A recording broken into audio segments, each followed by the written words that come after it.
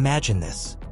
A man on a motorcycle barrels down a rain-slicked street, his breath sharp, his mind racing. He's not just running from the police. He's running from a life he built with lies, blood, and desperation. But this story isn't about the chase. It's about what led to it and what came after. If you think you know where this story is going, think again. Tonight, I'm going to tell you a true tale. One that begins with a man who only wanted to be a father, but became a criminal. One where the line between right and wrong blurs until you can't see the difference anymore. It's a story of legacy, the one we inherit, the one we pass down, and the one we can't escape. It spans decades, and every second matters. This is the story of Luke, Avery, and the sons they never meant to scar. Grab a drink, sit back, and lean in close. You won't want to miss a second. Luke Glanton wasn't born a criminal.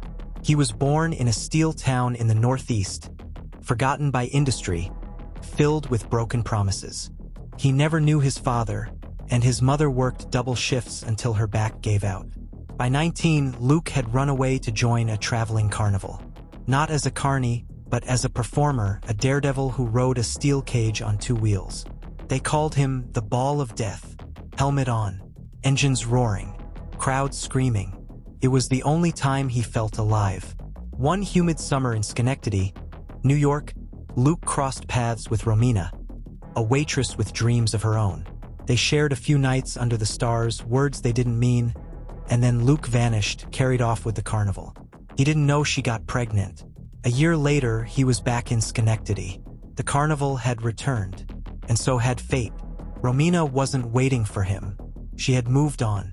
She was living with a man named Kofi, raising a son named Jason. Luke didn't believe it at first, but one look at the boy's eyes, and he knew. Suddenly, the man who feared attachment wanted nothing more than to be a father. He quit the carnival, got a job as a mechanic, tried to stay straight. But what do you do when the world doesn't want to let you be better? Luke wanted to provide. That's all. He wanted Romina to see he could be reliable, that he could be more than a guy on a bike. But minimum wage doesn't raise a kid. Not when Kofi's already doing the job. Not when Romina keeps him at arm's length. Then came Robin, his boss at the garage. A man with a criminal past and the kind of twisted logic that only made sense when your back was against the wall. "Banks don't care about people like us," Robin said. "You think they earned that money? They took it. We're just taking it back." Luke didn't want to believe him, but when Romina refused to let him see Jason alone, something broke. The first robbery was clean. In and out in 60 seconds. Luke's motorcycle made for the perfect getaway. And just like that, he had stacks of cash. Enough to buy diapers, toys, even a crib. He left it all on Romina's porch. She was furious. "Where did this come from?" she demanded. He lied. Poorly. The second heist was Messier. The third even worse. Robin got greedy. Luke got reckless. And then came the day it all came crashing down. A silent alarm.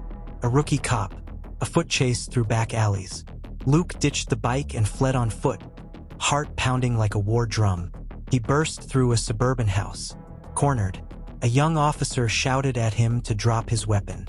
Luke hesitated. A shot rang out. He hit the floor, eyes wide, blood pooling. His last thought wasn't of the money. It was of Jason. Officer Avery Cross was just 25 years old. A law school grad who chose the badge over the bar exam because he believed in justice. At least he did at first. He pulled the trigger that killed Luke Glanton. The media called him a hero, a brave young cop who saved the town from a dangerous criminal. The mayor shook his hand. His father, a powerful judge, used the moment to launch Avery's political career. But Avery couldn't sleep. He looked into Luke's background, found out he had a son, saw the toys, the crib, the receipts. Avery wasn't sure what he'd interrupted anymore. A robbery, or a desperate man trying to be something more. He started asking questions. That's when he stumbled on the rot. Corrupt officers, shakedowns, evidence tampering. Even his partner, DeLuca, was on the take. When Avery refused to play ball, they turned on him. They tried to bury his career. So he fought back. exposed the corruption, testified in court, became a symbol of reform. But the cost was high. DeLuca threatened him. His wife left him. And the guilt never faded. 15 years passed. Jason Glanton was a loner. Quiet, smart, always watching. He never knew his father, just the whispers. Your dad was a bank robber. Your dad was killed by a cop. Romina told him the truth when he turned 16. Showed him a photo. Told him about the money, the motorcycle, the crib. Jason didn't cry. He just asked, what was his name? At school, Jason met AJ, Avery's son. Wild, angry, constantly getting into trouble. They didn't know who each other were. Not at first. They bonded over music. Weed, girls, skateboards. They became inseparable. Until one day, Jason found an old photo in AJ's house. A newspaper clipping. Rookie cop kills armed robber. Jason froze. He looked at the face in the paper. It was his father. And the man smiling next to the mayor? AJ's dad. Jason confronted AJ. The fight was brutal. Words turned to fists. Blood was spilled. But in the end, AJ didn't know. He had no idea what his father had done. They both decided to find out. Together, they dug into the past. Interviewed old cops. Visited the bank. Spoke to Robin, now a bitter old man in a halfway house. They learned everything. Avery hadn't wanted to kill Luke. He tried to talk him down. But Luke made a move. Maybe it was instinct. Maybe it was fear. Maybe he didn't even realize what he was doing. Either way, the bullet was real. Jason met Avery one rainy afternoon. No threats. No yelling. Just a question. Why? Avery answered honestly. He didn't justify. He didn't beg. He told Jason he was sorry. That he thought about Luke every day. That he wished he'd found a different way. Jason nodded. Then walked away. Jason left town. Moved west. Became a father himself. He named his son Luke. AJ joined the Marines. Came back different. More grounded. He and Jason kept in touch.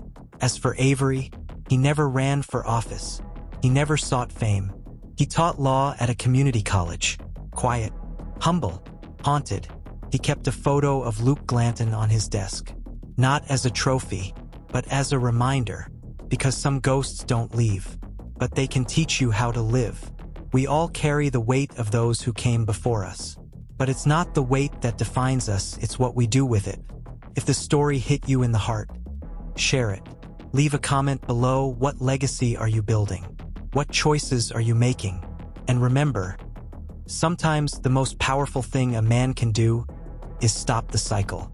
Subscribe to our YouTube channel True Crime Unknown or follow us on Facebook at VibeFlix and uncover the stories like this. Until next time, keep your eyes open and your secrets locked tight.